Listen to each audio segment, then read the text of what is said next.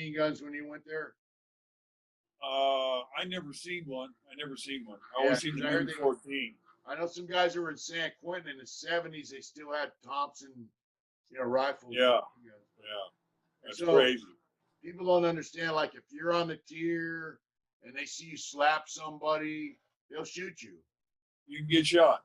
Yeah, if they see you running down the stairs real fast or on a yard, they'll shoot you. They'll shoot you.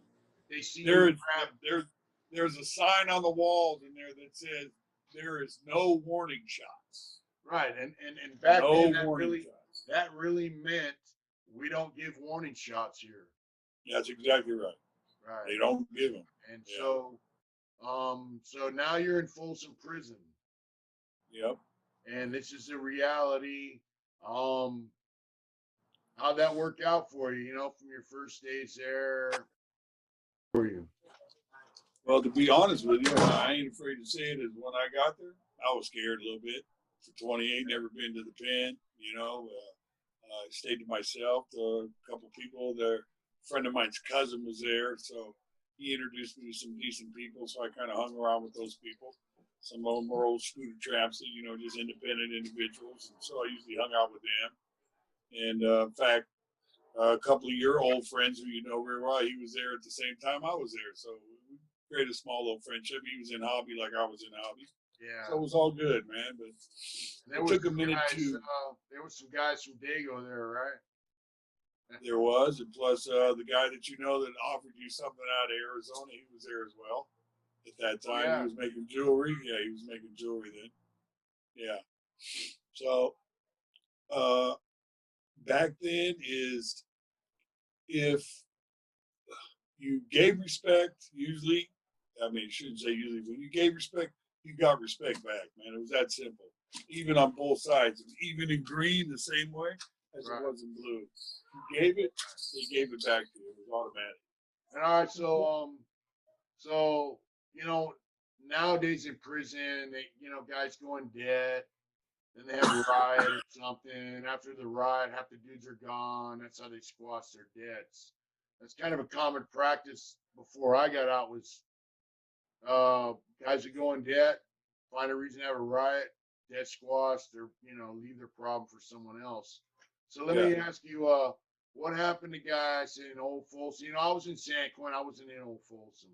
So what happened to guys when they owed a little too much money and they were late for their debts back then? I'll say this before I got to cut it off. Back then, if you got into a drug debt, you had 21 days to pay your bill. If you didn't pay your bill within 21 days, somebody would come to your door and say, you got so many days left to pay this bill.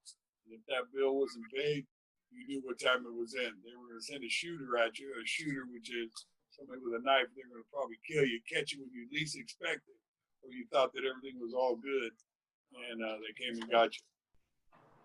So you telling me, man, like if somebody owed like a little bit of money, somebody would be knocking on their door with a knife, probably out to kill them. That's very true. Very true. They gave you that grace period. You had a 3-week period to pay. And then if there's something happened, something went wrong, or something like that, they gave you that extra few days to make sure that shit got there. But don't let somebody come over there the next time and say that money ain't there, because you may think that it got there, like you said, you're a lady, but you're trying to stall a few days or whatever it was. Yeah. And it didn't get there. At least you'd be walking the chow, somebody pull out on you. You would know who it was. They had so many dudes that wanted to make bones and do this and do that back in the day. And so it might be your best friend, huh? Might be. You never know. I've seen 2 of them go at one another as friends, both of them. Yeah. Wow. Seen it. I'm sure you've seen it too. I have. Yeah. Ugly. So sounds like a pretty scary environment, which is back then. Shit. It was real. And it ain't like today. Yeah, I know there were other things going on at that time too, which we'll get into later. Unfortunately, we got to cut this part of the interview short, and we'll start with part next. All right. So thank you for coming on, David, and we'll finish up. No problem. See you tomorrow. See you in the morning. All right. All right, we're back here with my friend David Marshall. How you doing, David? I'm doing good, man. It's Sunday. It's football day, baby. It's football day. Wow. Yeah. For something. Yeah. I live all week during the season for football. Yeah, I know. You did it too. Yeah. Mister, we'll get into that. Yes, sir. Mr. Football Tickets. All that up. Yeah. Yeah. So we left off, you being in Folsom, and so I know you're big in sports. Did they have sports over there in Old Folsom back then? They did. It was just, we had softball. I was part of the Folsom Hawks, the softball team. We only had a couple of teams come in to play us from the outside world because of all the violent activity that was going on. Even though while we were there, we never seen a free staff get attacked or anything from the outside world. But the administration decided to kill all the teams coming into the prison. It was no longer any.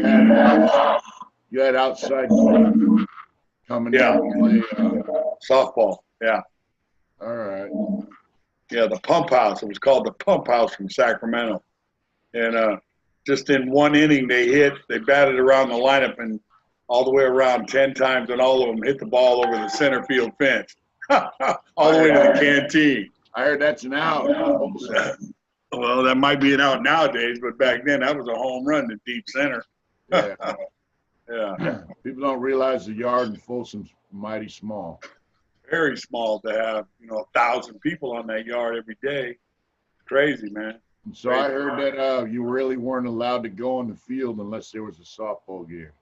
That's true. If there was a softball game going on, then there was nobody else on the field. But if there was not a softball field, then you can walk the track. That was it. Couldn't go on the grass, though. Couldn't go on the grass. Nope. Had to stay off the grass. That's quite a deal. So, being in Old Folsom back then, probably quite a shocking deal, the amount of violence. And was there's pretty anything stand out in your mind the most as far as the violent stuff that you saw or the behavior of people in prison that, When I first got there, it was like May or July of '82. It wasn't but 3 weeks later, I was sitting on the benches and the bleachers in front of one building. Yeah. And then Southsiders were attacking all the blacks. And I mean, they were attacking them right and left all over the place. They were stabbing them. Guys were laying out there hollering and screaming. And one of the Southsiders had a knife in his hand. He was jumping over bodies, clipping them and stabbing them. And they shot him down right there on the fence right in front of the chapel. I'll never forget that. They drilled him right there. They kill him? They killed him. Yeah, they killed him.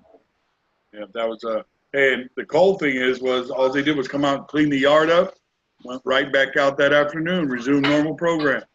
Yeah, they didn't lock it down. No, there was no lockdowns back then, man, a little bit. Resume normal program, pick the blood up, get whatever it was, and resume normal program. Wow. I was like, holy shit, man. It was like a war zone, man. So like the weight pile, they had some violence on the weight pile there too, huh? Yeah, in fact, one of your homeboys back in the day was, Jesse, rest in peace. Yep, yeah, exactly. He was a beast. He was a big youngster, but he wasn't taking anything from anybody, even from those fellas that were calling the shots on the yard that had the keys. Yeah. And they told him to quit pressuring some of the youngins that were coming in to get the packages and this and that. He was on the weight pile. I was on the weight pile too, and he was on the flat bag bench. And he had no spot or nothing. He was just like warming up with 8 quarters. It was just like a warm up. That's 200 fucking pounds right there, just a warm up. And somebody came right up behind him and buried one right in his heart. Bam.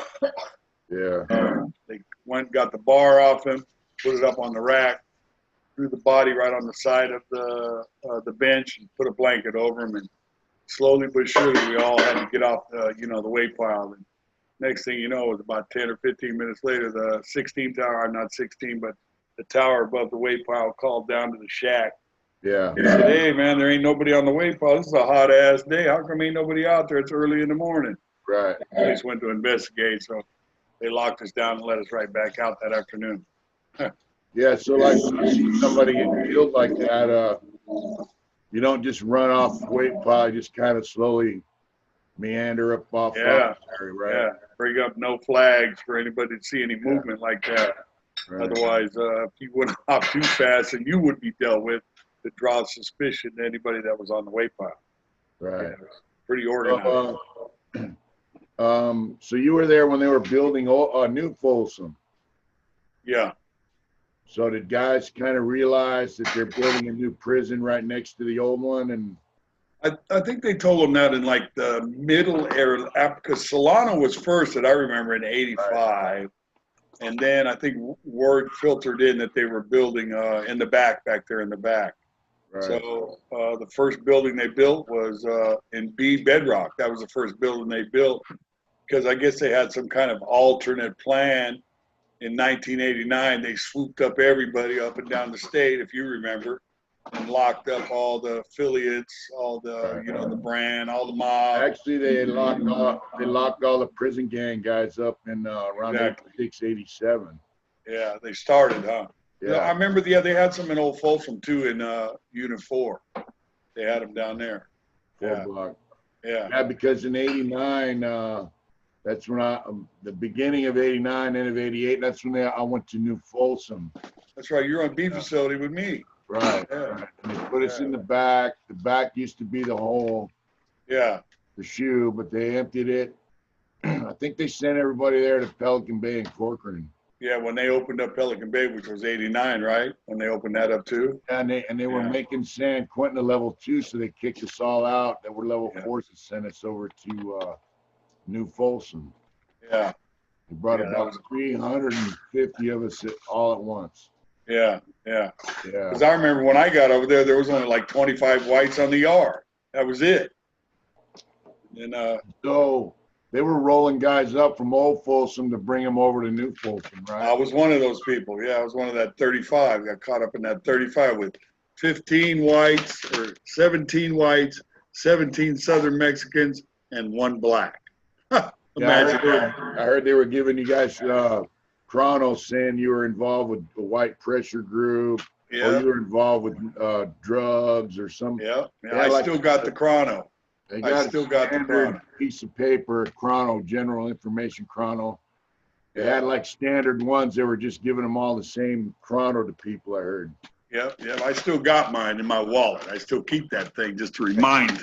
You know, I got it. How it says that we were part of a white pressure group, and, you know, involved in the drug scene and all that old kind of shit. So really, they just wanted to get some people over to New Folsom. And, exactly. And so not being a problem or a gang member or anything like that, they just kind of, you know, threw some of us clean guys. Some guys were involved with dope and shit, but you know, majority of them was just like, what the fuck am I going over there for, man? What the hell's going on? And that was. And while we were on the bus to go from Old Folsom to New Folsom, Mitch, one of the cops, Ayers, I think his name was Ayers, right? And then came on the radio that they caught Glenn Godwin, the guy that escaped in 1987. Remember that went out through the tunnel? Yeah, right there in front of 16 Tower out there, or 10 Tower. Right. Visiting. And he got boasted, we always get our man. You know, everybody was laughing because it was on the radio that they caught Glenn Godwin in Guadalajara, Mexico. Right. Then 2 days later, it was on the news that he escaped from Guadalajara, Mexico. He got away again. So that was pretty good. Well, if he had deep pockets, it probably wasn't very hard for him to escape out of a Mexican jail. Oh, probably not. Yeah, he had money. He had people that had money or something. I mean, hey, his homeboy came in to get him out. Fuck. Yeah. What does that tell you? Yeah. Man. Yeah. So you were there when he escaped? I was there, yes. So I heard he was searching all over for a spot. He found one. Found it. Like visiting. Yeah, manhole cover or something. Yeah, right there in visiting. They had, because I was working IDL at the time, and we were transforming the laundry room into an education building. And they were going to make the education building into the visiting room in there at that time. They started doing that. Yeah, and he found a spot because he used to work on China Hill right there, see? Right. And right there by visiting, he found a little thing in between 5 building and the building right there. He seen this little grate And I guess his buddy came in. They talked about it. He came out through the river, cut his way in, and found that spot. And boom! That one day they created the diversion, and down he went. They didn't know he had a 3-hour head start. Pretty good. Yeah. From what I understand, he's still out there. Yeah. Yeah. Yeah. They show him every year in July on America's Most Wanted. Oh, they do? Yeah. Hey, Because so, it was right around then when he escaped. So how long were you, how long did you stay in New Folsom? 19 months. That's when they changed the classification committee scores. I think it was like 1990, right at the middle of 1990. So my points dropped, and they said, "Oh, you can be up for transfer. Where would you like to go?" And I said, "Well, hell, let me go to San Quentin." Yeah. Well, they put me up for San Quentin. I ended up in Soledad. All right. Yeah. Should have asked for Soledad. Yeah. So Soledad was a level 2 then, or level 3? Level 3. Level 3. All right, and they had hobby. You were in Central, right? Yeah, in Central. Yep. They had Yeah. a huge yard, kind of like Huge yard. Man, that was a big ass yard. That was huge. They had a baseball field, a softball field, a soccer field, tennis courts, basketball courts, horseshoe pits, handball courts. They had it all. Man, it was huge. And so they had a lot of sports going on at that place. We did. We had teams from buildings, and we had a couple times the coach set up some softball teams to come in. So being the captain, so they allowed me to pick guys from all over the place, put an all-star team together to play the people from the outside. They gave us uniforms to wear. I got pictures of that stuff too, still to this day. And so they had. See now, well, when I left, there was a real thing against like races playing against other races, and it'd be like, well, the whites can only do this and that and the other, So Yeah. back then they had multiracial sports teams, right? Like Exactly. blacks would play against the whites and Yep. so on Yep. and so forth. Yeah. Tracy, we had about 25 baseball teams, man. Then they'd have playoffs, and then they'd have a series at the end. Did they have that kind of stuff going on at Soledad? We did, yes. Then the coach was giving, prizes to the end, whoever did. But I was doing the same thing there. I had a team we called ourselves the Owie team, others whites and Indian. Yeah. And could nobody beat us. We'd stack up 10, 15 cases of sodas behind the backstop, play whoever, play the Crips, play the Bloods, play the Southside, play the Norteños too. Yeah, because they were there. Yeah. We whooped them all. They couldn't beat us. We had so many sodas, it wasn't funny. We ain't playing you no more. You guys are too good. So you were also, they had hobby there, They did, yes. and so you were involved with the hobby a little bit. Yeah, I was. And so were you hobbying like at Old Folsom as well, and then you just continued hobbying there? Yeah, I was the lead man in Old Folsom in the hobby shop. Yeah, that was a good job. I enjoyed it. So what kind of hobby were you doing there at Soledad? Soledad, I made my the baby crib there, some jewelry boxes there, a couple clocks. Yeah. I ended up I was only there like 2.5, 3 years, and I got locked up. You got locked up there? I did. I was involved with it. Was there like violence there at Soledad, or was it kind of melting out? North and South, boy, going at it. North and South all the time, going at it, boy. Well, they had Northerners and Southerners there then. They did, yes. Yeah. It got so bad one day they had a kid that was standing in front of Cantina. Well, you've been to Soledad, Mitch, right? Central? So you know where the handball courts are, right there by the canteen out on the yard? Yep. This kid was on the yard, just got there 2 days. 2 days. Should have never been on the yard. They were getting ready to transfer him. And they shot him. They missed the north-south that were fighting right there on the handball court, and he got shot. Dropped him right there on the spot. Killed him? Killed him right there. Yeah, it was crazy. Crazy. Wow. I was lucky at San Quentin. They had shotguns. I've been shot with those, but, they had many 14s too, but Yeah. primarily they would use a shotgun unless they, in fact, saw knives. But when you're on a big yard like Soledad, shotgun's pretty. Mini 14 and no good. Yeah. Shit, it's Mini 14, man.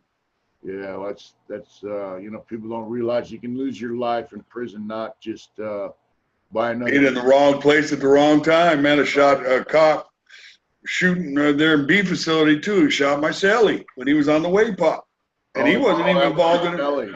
Yeah, remember when they had the big riot on the yard that day? So what happened there? He got shot in the ankle or something? No, he got shot at the ball. The shot came from 8 building to the weight pile, and it hit the bottom of the weight bench, went in his leg, out through his leg, and up through his stomach, and out the other side, somewhere like that, a ricochet.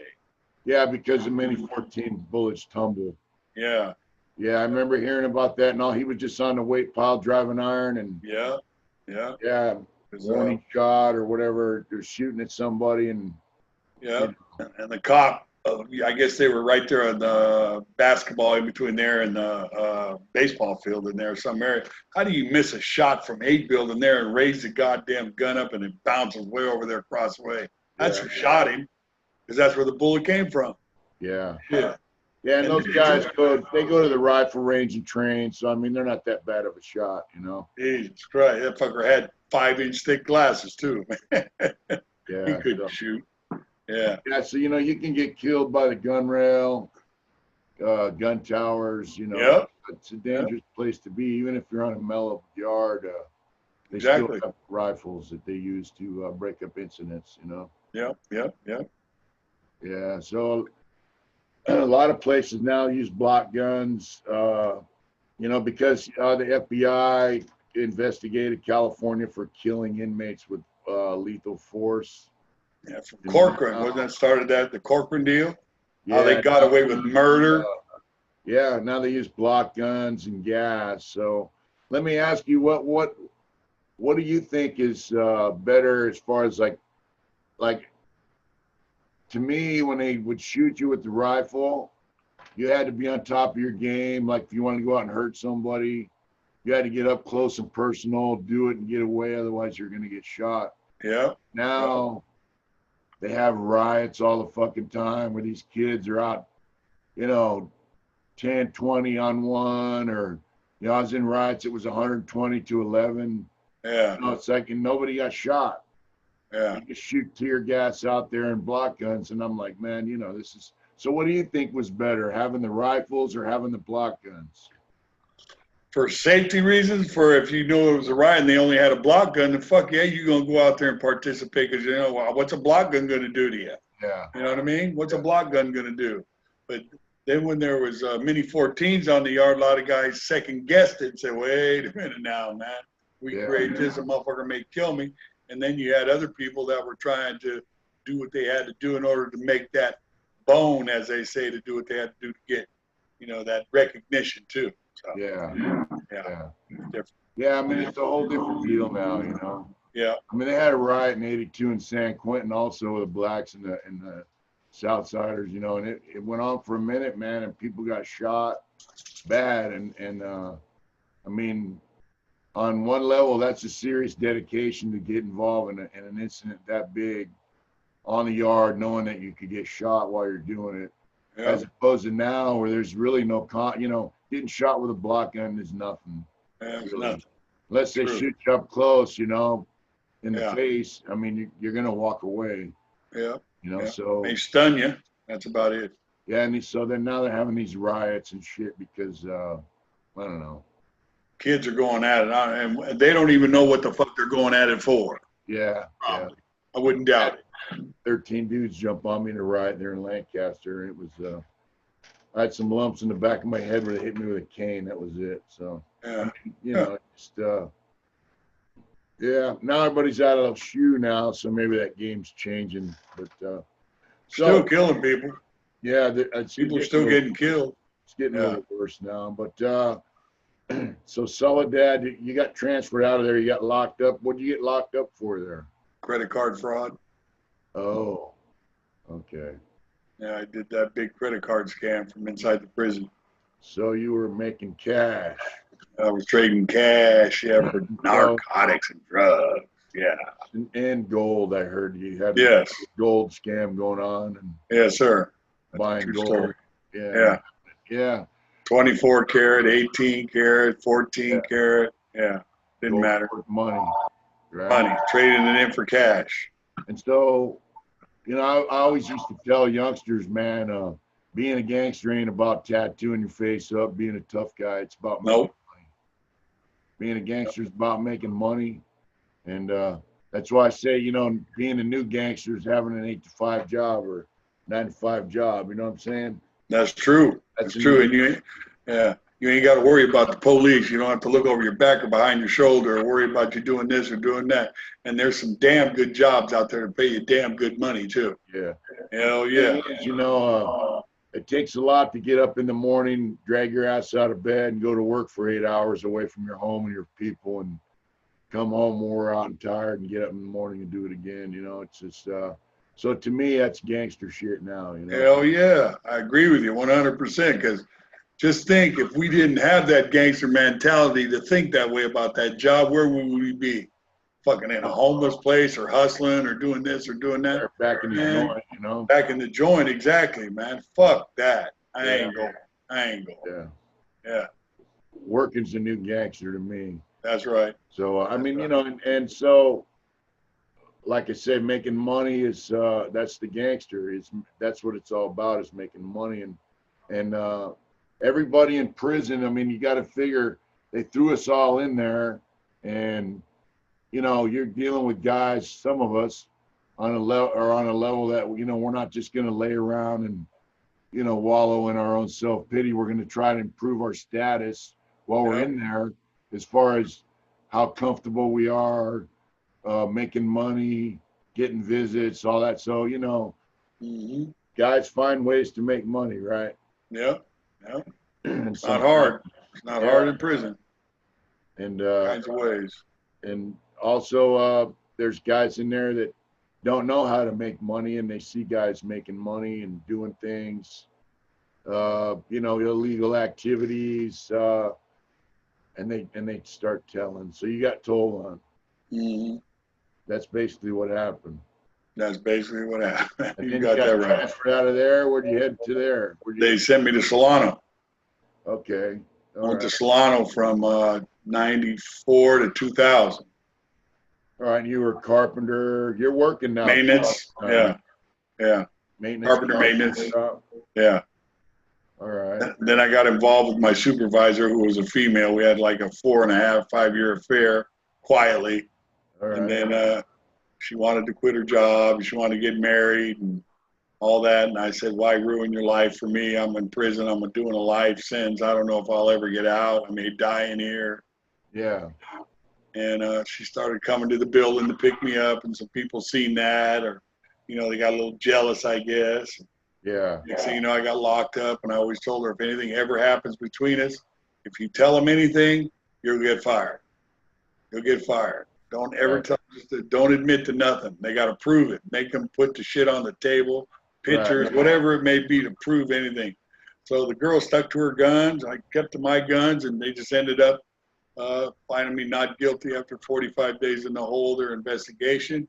Yeah. And then I said, okay, well, I'm ready to go back to the main line. They said, well, Mr. Marshall, she's still here. We don't, okay, well, stick me over on level 2 then, over on the other side. They wouldn't do that. So they said, we're going to send you to San Quentin. I said, San Quentin, good. I ain't never been there. Let's go. So I left there in 2000 and went to San Quentin. And then in 2010, they shipped me out in 2010. Because they were doing that, trying to clean up for the close custody shit or whatever it was, remember? So you, now when you went to San Quentin, there was a hobby shop.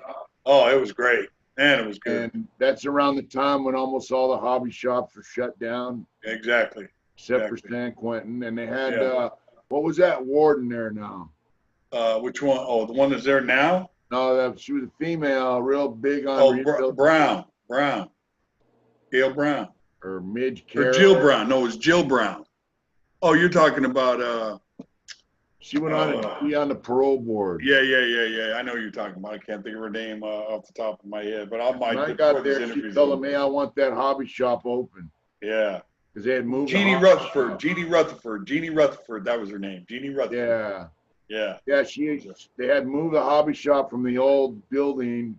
Yeah, because we were in there. I remember being in there. They condemned it. They moved it over to where the laundry used to be. Exactly. And she was like, hey, I want that shit open. And they opened it. Yeah. So It was a lot I bigger drove hobby up shop to, too. what's that? I said it was a lot bigger over there in the laundry room. It was a lot bigger That's than a the other big one. hobby, big hobby. Yeah. Yeah. I drove up around 2006, I think. Yeah. I finally became a level 2. So you'd been there for a minute. Yeah. And I knew your Sally and Tracy back in the day when I was there. Yeah. And you know, you helped me get into the hobby. I remember all my hobby stuff showed up. Mm-hmm. And that was like my retirement dream, you know, was because I didn't figure I was ever going to get out. So I figured I'll go to San Quentin and spend the rest of my days hobbying and walking the lower yard. Yeah. Yeah. But and so when old boy saw my hobby come in, he kind of threw a fit. I heard the hobby manager. They always do when they get a lot of boxes. Yeah, yeah.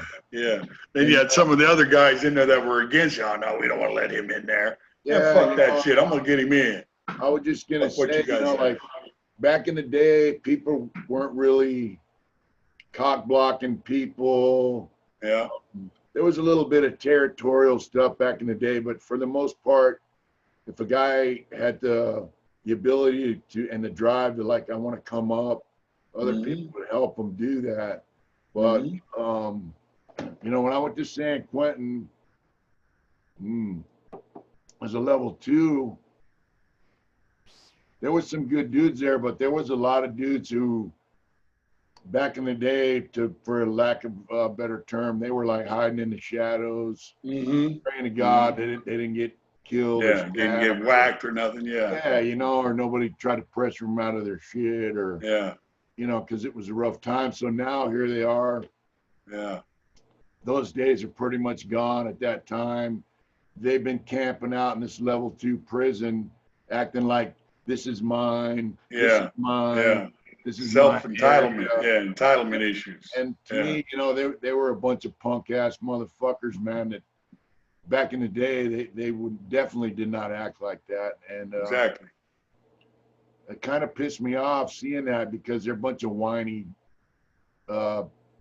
bitches. Yeah, a bunch of whining ass bitches, man, that just crying about shit. And I've been in level 4s and level 3s, you know, it took me a long time to get done. I told some of them guys, man, you don't even know what you got here. I said, because the rest of the prison system doesn't have any of this. Yeah. They still had colored clothing. Guys are wearing Dickies, like Levi jackets with penalty liners, and just like the old days. And and they had boom boxes, and you know, I was just like, man. Life of Riley, man, San Quentin. You know, and back in the day, if you could get it to your cell, you could keep it. And so I had a job in the carpenter shop, and I was coming up the hill. I think you were working in R&R, and you know, guys are just they'd see me driving up the hill in the truck, man. They'd turn their head like they didn't see me because they knew I had a box of stuff to take up the cell block, you know. Hell yeah, dog. Hell yeah. Come over here and get this wood and take the hobby for me, you know. That's right. Hell yeah. Didn't see me coming, you know. Yeah. I remember, you know, one time I come out of there, I think I had about 40 pieces of chicken, and I took it right on up to your cell. Yeah. I think you had a skillet. Yeah. Yeah. And when I say a skillet, I mean a skillet from the street. 12 by 12 skillet from the street, boy. It was a shit. You fried it out. Yeah. You soaked it in Italian dressing. Seasoning, yeah. Italian seasoning. Yeah, and we had some fried chicken. Shit was good, boy. Yeah, melt right off the bone. So I started doing that, you know, and, you know, bringing food home out of the kitchen once or twice a week. You know, I always got a stack of hamburger patties and then 10, 20, 30 pieces of chicken. And guys were asking me, man, how do you do that? Where'd you get that? I mean, they were just like, I was like, dude, this is San Quentin. This is how we get down here. Yeah. And it wasn't how people got down there. There were a lot of people upset that I was doing shit like that, you know, and it kind of tripped me out. And it, you know, Bodie told me, hey, bro, you got to slow down. I was like, I'm not doing nothing. Yeah. I don't fuck with tobacco at the time. I didn't mess with tobacco. I definitely didn't mess with drugs. And he's like, yeah, but you got to slow down. You're doing too much. And I was just like, I just Why is people watching you, huh? People Yeah. are watching the motherfucker. Yeah. Hate that shit. I always figured it was every convict's duty. His own way, dog. His own way. It's your own way. Had a duty to try to come up as best they could. And if that meant, you know, peeling the state for some of their stuff, you know, yeah, do it. You get in the freezer. Goddamn right. Yeah, if you can get in the freezer in a butcher shop and walk out with a 5-gallon bucket full of chicken. Hell yeah, I'm in it. I want to be there. Hell yeah. Yeah, it was, people were acting stupid there, man. And I used to clown them and tell them, what do you think? You're going to get the fuck out of prison? You're going to die here just like me, you asshole, you know? And they didn't like that too much. Nope. And, you know, you also ran football tickets and stuff there, right? I did. It's true. So how'd that work? You ran a pool or a ticket? Did both. Me and the fat man, the rhino. Right. Did the pool and the tickets together. Yeah, we split. So it was very lucrative. Never had a bad weekend. And guys start hating on you. Oh yeah, because you start taking their money. Yeah, I mean, guys were hating on you because you had hustle. You know, that's what they hate. Hustle.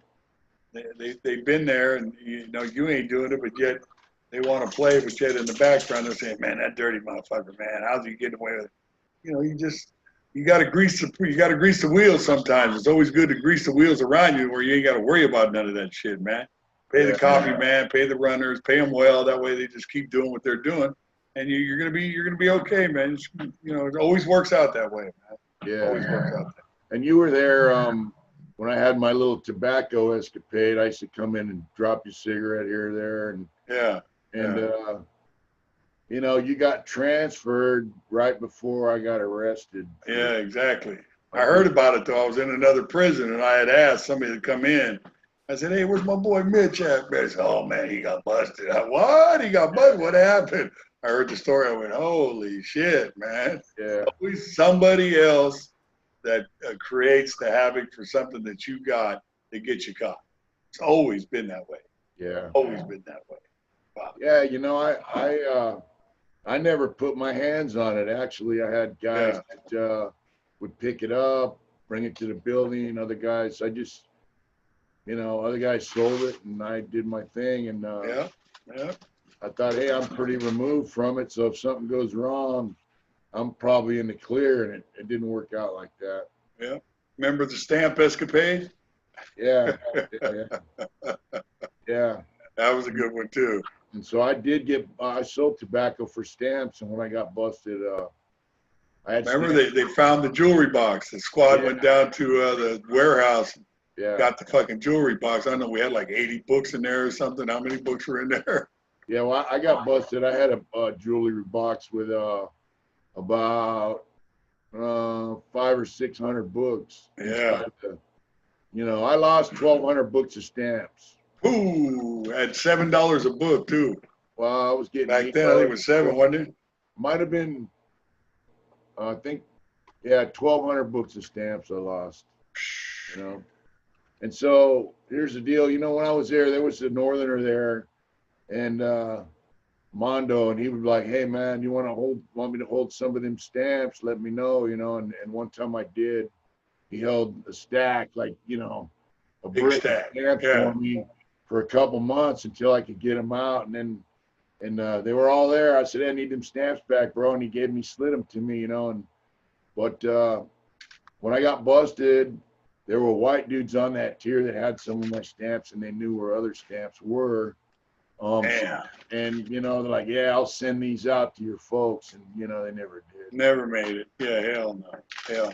So between the squad and all the good woods on the yard, I lost 1,200 books of stamps. That's a lot. Yeah, that's like $8,500 right there. It's a lot. Yeah. So, you know, people don't realize that like, you know, I consider you my friend. There are a few other guys that are my friends in there, and they wouldn't fuck me around, you know. But there are guys in there who play the good guy role, like they're good stand-up dudes, and as soon as something goes south, they're sticking a fucking bone in your back just like everybody else. Yeah, just like Right? Brad Bonetto's bunkie did to me. Yeah, stuck me in the back, and he got away with it. And he was the one that initiated the whole thing, but he blamed me for everything. Yeah, fucking creep. He died now, so you guess what? I'm glad to say, you know what? I'm happy that he is dead. Fuck him. Fuck him. I hate to say that, Mitch, but you know what? When you tell on a motherfucker, dog, when you tell on a motherfucker, and you the one that initiates something, and you started, and then you blame me for it, and then fucking you get away with it, and I got to suffer the penalty for it, then fuck you. Which guy was that? Steve, shit, Brad Bonetto's bunkie. Steve, yeah, because when I left, he had the Tai Chi guy was his bunkie. yeah, Lee, whatever his name was. Yeah. Steve, Higaret, I think. Yeah, Steve Higaret. That was his name. Yeah, well, that's how things go in there, man. And that's how people don't understand it goes out here is, you know, guys will play like they're your friend, you know, your bud, your crime partner, balls to the walls. And then when things go bad, their exit strategy is to put it off on you. Exactly. And he died from an overdose. Oh, wow. Imagine that. Yeah, imagine that, huh? Yeah. So I ain't got no pity for him. Oh, when I got busted, I was sitting in the hole there, and I told, hey, how come I can't go back to North Block? And the counselor started laughing. All the guys told on you. They don't want you back in the building. Hell, that's exactly right. But not only did they tell on me, they pilfered through all my art supplies, my shit, you know. So they really wanted me coming back to the block, you know. That's why they get rid of you, so they can go get your shit. And how they let the inmates go roust up your shit when you get locked up. That's fucked up. Yeah, they let their rats pilfer through your stuff, you know. Yeah. But, so now they made San Quentin with cell living level 2, and they also have dorm living level 2. So yeah, but that's out at the ranch, isn't it? Dorm living out there. I mean, other prisons have dorm living. Oh yeah.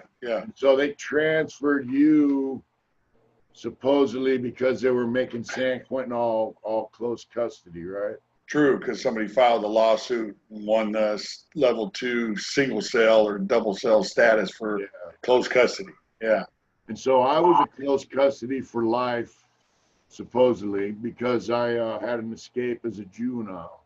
Yeah. I was happy about that because I didn't want to go live in a dorm. There you go. But that's when they nabbed you and they transferred you out. Mm-hmm. Avenal. Went to Avenal. Ooh, yeah, I remember. Yeah. And then 6 months later, my mom said a couple of guys had called her house to tell them, hey, tell David to come back to San Quentin. They're letting a lot of us back, man. Right. I tried to get back later on in 2010, couldn't make it. I went to the board that year, got a 5-year whack behind that drug beef that fucking Steve Higaret threw in my lap. I got a 5-year fucking denial. I was like shocked. I said, oh, shit, 5 fucking years. Son of a bitch. So that changed my whole outlook right there. And then I just said, man, I quit smoking. I quit doing all the shit that I was doing. Only thing I did was just football stuff. That was it. I quit involved all the other bullshit that I was involved in. And then I started working on myself to get my ass out of there because I started seeing guys go home, man. Right. And so that took me a while. It took me 10 more years, but hey, I did it. I'm happy to be out, man. Happy, blessed. Yeah, you know, I started seeing guys get out, and I was like, you know what? You start to realize, right, that, hey, most of these dudes in here, they don't give a shit about you. Yeah, they don't. You know, I mean, I didn't fuck no one over when I was doing my tobacco thing or even when I used to sell dope and all that shit back in the day. And that's right. And so, my mind, I was like, man, why in the hell these guys tell on me? Mm-hmm. You know, it's just like, I just said, fuck it. I got family and friends out in the street, and I'm going to get there. Yeah. Was that kind of your mentality? That was when I got back to San Quentin, and then I was only back for 30 fucking days, and I was out there on the baseball field. I was doing the baseball thing out there, and then one of the coaches was telling me that you know, he was going to play this guy and that guy, and I said, what the fuck are you playing them for, man? They don't come to practice. You think they're the best players on this team? They ain't the best players on this team. What about the guys that come out here and practice 2-3 times a week, and practice during the weekend when they're in a game or something, that are out there trying to hone their skills up, and you just slapping them in the face. I said, you need your ass whooped. That's what you need. Yeah. And then he went toll on me, and that's what got me locked up. But when they said I was going to Vacaville, I said, the thing is, guys aren't hip to is they have hardball baseball in San Quentin. the only team in the country for a prison team to have outside, it's one of the biggest things that they have. All the uniforms and stuff were donated by the San Francisco Giants, and then they started another team later on, Oakland A's, the A's, yeah. They were all donated stuff, so they still got that going on to this day. It's been going on since the year 2000. And so the Oakland A's and the San Francisco Giants, they donate their old uniforms to the prison, right? Correctly. Shoes, bats, balls, the whole 9 yards. And they got a nice field. And yeah, I planted that new field too. I was part of that plant to put the new grass in and resurfaced the whole field and made Isn't there a documentary type movie about that they made? There's 3 or 4 of them. It's called, Bad Boys Field of Dreams. Yeah, Field of Dreams. And they have one on ESPN with Chris Rich. Yeah. And another one on ESPN with a lot of us that are in the film and the whole 9 What was yards. that black dude, that sportscaster came in and he was talking to guys? Because you guys played outside teams, right? Yes, we did. Like yes, we a did. 40 and older type Yeah. league on the street. They would come in. Yeah. Mike Kruko came in. He was an announcer. He was a baseball announcer. Now, there was a guy, I think it was Brian Gumble or somebody. Oh, Brian, he came in. Remember, he was talking to one of the guys who used to play professional ball. Now he's in this 40 and older league, and comes into the prison, and he was talking to him, and he goes, so how does it feel coming to prison? Because evidently this guy's dad got murdered, and Brian Gumble told him, how's it feel coming into prison knowing one of these guys could have killed your dad or something? Yeah. This guy was really positive with the program, and it just, the guy was like, man, really? You know? Yeah. You got to think about that. Yeah, that got a lot of attention. The baseball team, that was a good deal, but like you said, that was part of the territorial thing, because I used to go out and play around with practice with you guys. I never played on the team, though, but it was kind of like teacher's pet kind of stuff in a lot of cases, you know? Yeah. Rhino played too. Yeah, he played at first when he first came in the first couple of years of it, then no more after that. So you had to be in good graces with Earl Smith, with Chaplain. He always made you come to church or go up there, and Yeah. So you had to play the game in order to get to in the game. You had to do it. Yeah. And baseball's always been my first love anyway, since I've been 7 years old. So yeah, I love baseball. Yeah, so that, San Quentin had a lot of stuff going on like that. They had college, all that kind of stuff. So tennis courts, basketball teams, Warriors going in there, tennis teams, Stanford, Cal, all that stuff coming into the prison. Out when I first went back to San Quentin, because I went to the lower yard on the weekend, and there was these women dressed in all their little tennis outfits, playing tennis on the lower yard, and I was like, man, what's going on? And so the Marin County Tennis Club, they built that tennis court where the weight donated it. And they used to come in and play tennis with the guys. Yeah. So it was kind of a trip, it was kind of cool, actually. Yeah, there are a lot of activities going on with sports as far as San Quentin goes. Everybody wanted to come to San Quentin to play. It was good there. They felt safe when they came in there. And good camaraderie going on. It was great. Yeah, people came in there to go to church, Yeah. Free staff. I think there's like 20, 25 people every Sunday that are allowed to come in. And they had people would change every week, be different people. And then you had a core of 15, 20 people that was their church. Yeah. They lived on the streets. They're free people, but they went to church every Sunday at San Quentin. Yeah. They wanted to be with the guys. That was part of the congregation in there. Yeah, it was a good feeling to know that you can sit with somebody from the outside during a mass or something and then chop it up after it was over. So San Quentin it kind of bred a sense of community with some things. Yeah. So it was pretty cool. So you left there. You got transferred out of there. You went over to Vacaville. Yep. And they had you in them dorms out there? No, as soon as I got there, they locked me up because there was no bottom bunks. I had a bottom bunk chrono. If you didn't have a bottom bunk, I mean, they didn't have no beds. They put you in the hole till they found you a bottom bunk. All right. So I went up to what is the building there? I forget which one it was. I3. I went to I3. I was up there 8 days because the captain Matzenbacher came to see me the next day after I got there. I got there on a Thursday. He came on a Friday and told me, "We're going to get you out of here," you know. Yeah. I sat in there Friday night, Saturday, Sunday, Monday, Tuesday, Wednesday, Thursday of next week. I just happened to see a cop finally come by the door. I said, "Hey, man, I was supposed to be out of here." He said, "Well, who are you?"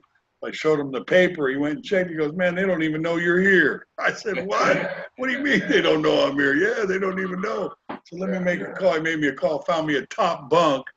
He said, "You got a problem going to a top bunk?" I said, "Hell no. Hell no. Let me out." Yeah. You know. So then I went to T-Wing. And then, did you know Jeff Brooks? You knew Jeff. Yeah, he was there. He was there. And he hooked me up inside there, took me down to see the officer down there. And the officer gave me a bottom bunk, man. So I was in there for a couple months. And they tried to move me to a dorm. Jeff was a 3-striker, and I guess he's out. His mom was. Yeah, he got out. He got out in 13. Yeah. His mom was real instrumental in getting a lot of stuff attention brought to that 3 strikes law. Exactly. He got out. I was there a month or two. Also and he got a baseball player. Yeah, very much. Yeah. Yeah. So I stayed there. Then they tried to move me a dorm. They tried to move me to a black bunk with a bottom bunk, black guy on the bottom. I said, "Are you nuts? I ain't fucking going into no dorm. Like, you trying to start a riot around this motherfucker or something?" Yeah, they're always trying to do the interracial bunking and selling. Yeah, man. So when the sergeant said, "Are you refusing?" I go, "Hell yeah, I'm refusing. You do what you got to do, man. I ain't going into no bed with no black man. Are you crazy?" Yeah. What's wrong with you, man? It's across with a lot of people, you know. Yeah, man. So they called the AOD. It just happened that the AOD on that weekend was somebody that I knew from Solano that I watched come up the ranks. And he said, "Marshall, is that Marshall with a C number?" He goes, "Yeah." He said, "Man, send him back to where he came from." So they put me back. They never left me down on the single cell status for the rest of the time I was there. So they left me alone. And so now you got your 5-year denial or whatever. So your plan is to get out, right? My plan is to get out. The next board appearance was 2015. And so what kind of programs did you get involved with there? I got involved in everything I could. I was involved with the kids program, NA, AA, life skills, you name it, life integration. Became a CGA member. I mean, went to CGA criminal games and I became a facilitator. And the lady that sponsored the group liked me so much, she got me helped in to get a couple other groups. And next thing you know, I was in charge of 3 or 4 different other groups, facilitating and doing my thing. Yeah. And I created a good rapport with a lot of the guys there, you know, helping them out, doing this, doing that. And it worked out because I said, once I got there, Mitch, I said, "You know what? I got here. This is where I started from. I'm going home from here, man." I made that mind up when I got off that bus. Yeah. I said, "I'm going home from here, man." And evidently I got out 2019, December, after 38 years. Yeah. And so prisons changed numerous times while you and I were in prison. Exactly. So now, you know, what's your take on the joint now? I mean, I always say, you know, guy can go to the pen. He don't got to hook up with no gangs. He don't got to be a super tough, badass dude. He can do his time, learn trades, education, and get on out. Is that kind of how you see I think that's better for him nowadays like that, you know, but, you know. Easier to do that program or? In prison, the way that it is too, is it just depends on the type of guy that comes in that walks through the door. He's got to make a choice what he wants to do. Right. You know, because there are some knuckleheads in there, as long as you know, as I do, that'll want you to do this and do that. If they know you got a little bit of money or whatever, they'll try to slide you in and talk about this and get you to do the things that you really don't want to do. You know, a lot of guys do that. But it's beneficial for a youngster that's going to prison these days Yeah. If you go to prison, the best thing to do, man, is find you a trade, hook onto that trade. You're still going to get out while you're young. You can go out there and get you a job that's going to pay you 30, 40, 50 fucking dollars an hour, and you're going to be able to live life, man. Live and enjoy it. Yeah, hell yeah. Yeah, like they have machine shop trades, they have welding, Yeah. you know, all that kind of stuff. HVAC, big money in HVAC. Yeah. Look at You can learn HVAC, big HVAC money. in prison. Yeah. Yeah, I Elevator, mean, engineer, all that. Yeah. prison's not, and actually, you know, you don't have to go to prison to learn that shit. You can learn it out here. That's true. Very true. But if you end up going to prison, that would be the best thing for you to do. Yeah, because, you know, when you're involved with a trade, like if you learn HVAC, then you can get a job once you graduate your trade. You can get a job in the prison doing HVAC through maintenance. Yeah. And it keeps you busy and it keeps you out of the mix. Yeah. Yeah. Exactly. It took me a while to learn that because I got busted when I was 17, and you know I just always found myself in the mix and in trouble, and so I started learning my trades and all that shit. So and so now that you've been out, how long you been out now? So let me ask you about your board hearing. When you went to board, how'd that go? Who was your commissioners, and did they rip you up, or was it easy, or what? No, I was supposed to go in 15, right? I went, they gave me a 3-year denial. All right. So I filed. I was supposed to go back in 2017 on my birthday. Yeah. Put me off because they had commissioner training. Then I was supposed to go in February of 2018. And going into the boardroom, my lawyer from down south had a heart attack on the way in. Wow. So that stopped that. So I was supposed to go back again in October of 2018, and they had commissioner training again. So they put me off till January 2019. I went in there. I was only in there an hour and 20 minutes. I walked out with a date. Found you suitable for parole.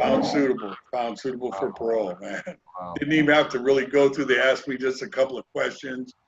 I had all the official letters and all the stuff that you needed, a place to go, transitional housing, a job offer, all that kind of good stuff. They commended me for all my stuff that I've been doing.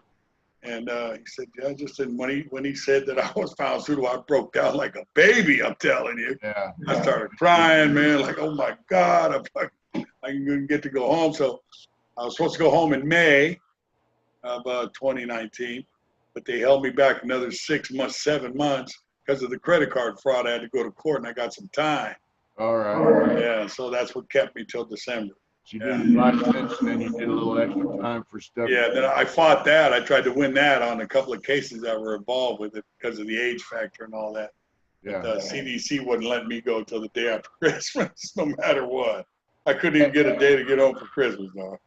Yeah. You know, so when they started letting guys out, I was like, you know, I was talking to somebody. They go, hey, they're letting out all the A students, you know.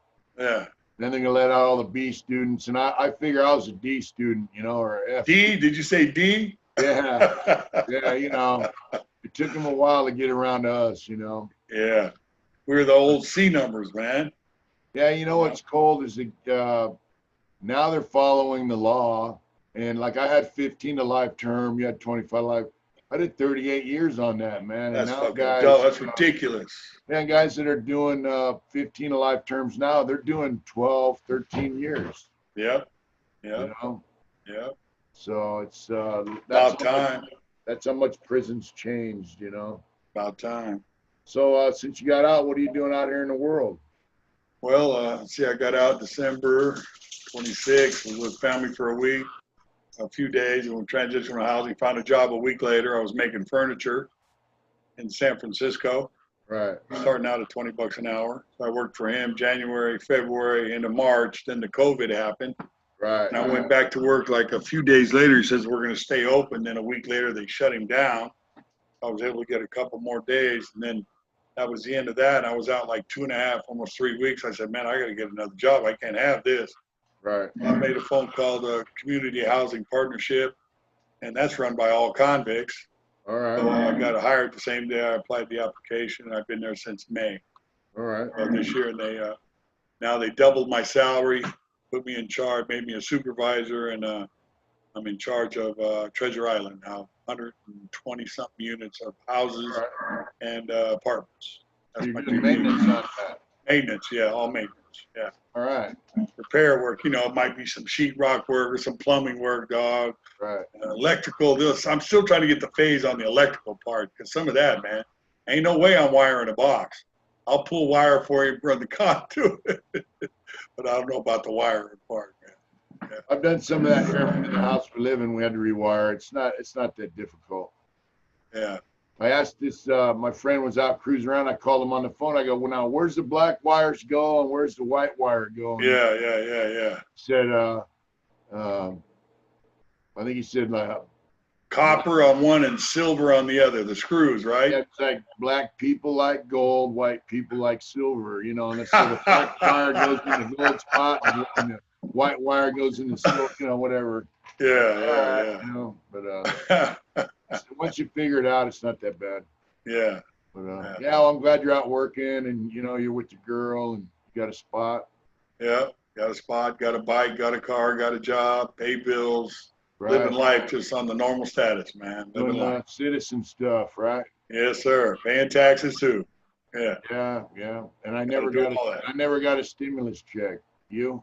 No, hell no. I applied too. Where's my check at? Dudes in prison were getting them, and me and you didn't get shit. Yeah. I heard guys in the joint are getting stimulus checks and fuck. How's that possible? We can't get shit, you know? So. Yeah, I can't get shit. Well, you know, before we wrap it up, man, is there any anything you'd like to say, like anybody watching, people that watch, you obviously they're curious about you know, prison, criminal lifestyle. You got a message for any of them or what? I do, because I still work with kids these days. I work with the youth in San Francisco. Right. And I'll just say that, you know, if you choose a lifestyle that you look at, you see your friend, he's got the car, he's got the jewelry, he's got the clothes, he's got the girls, and then you got to ask yourself, how did he get it? Right. How did he get it? So he was selling dope or doing something because he always didn't have to worry about getting it because he had it. So you seen the fascination of you getting what he's got, but guess what? You're the one that's going to get caught. He didn't get caught for now. Maybe he got caught a time or two, but you end up in prison because that's all it takes. 5 seconds or 1 second of something that you did that could cost you your life. And right. Life sentence is a life sentence in California. And believe me, probably the first termer guys that you see that were drunk driving, they killed somebody. Prison, automatic, 15 to life, automatic.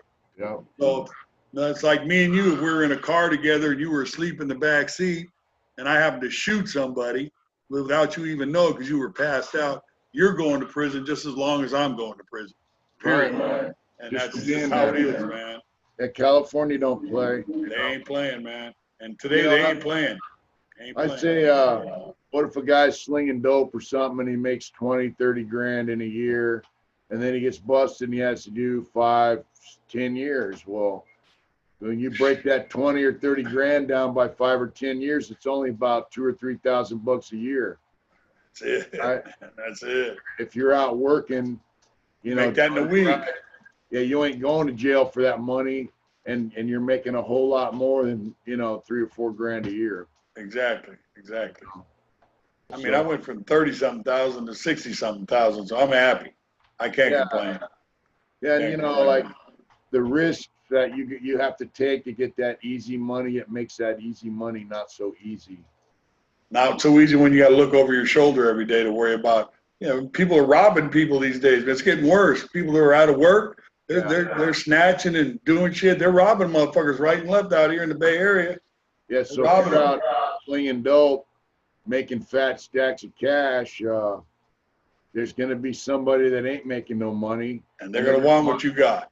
Yeah, they're going to want your shit. And that's right. They're less likely to do that if they, you know, if you're out working.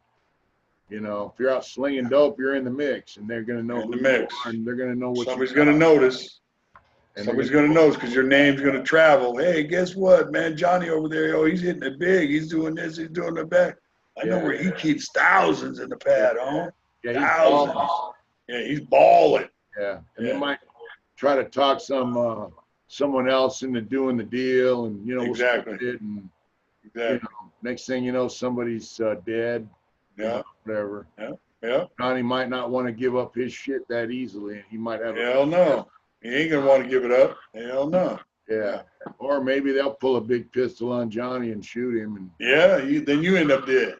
yeah, and they end up in the pen. Yeah. For what you want to do to me. Yeah. So it's a rough life, man. And a lot of the gang stuff. You got guys like supposed to be comrades, but they're kind of like manipulate people into doing things for their benefit, and then if the person gets busted, it's no skin off their teeth, right? Exactly. Exactly. But, life's a lot easier when you're doing it straight up. That's it. Life is everything just comes to you when you're doing the right thing, man. Yeah, and it comes to you in its own time. That's right. Yeah. All right. Well, thanks for coming on and chatting with us. No problem, sir. Anytime.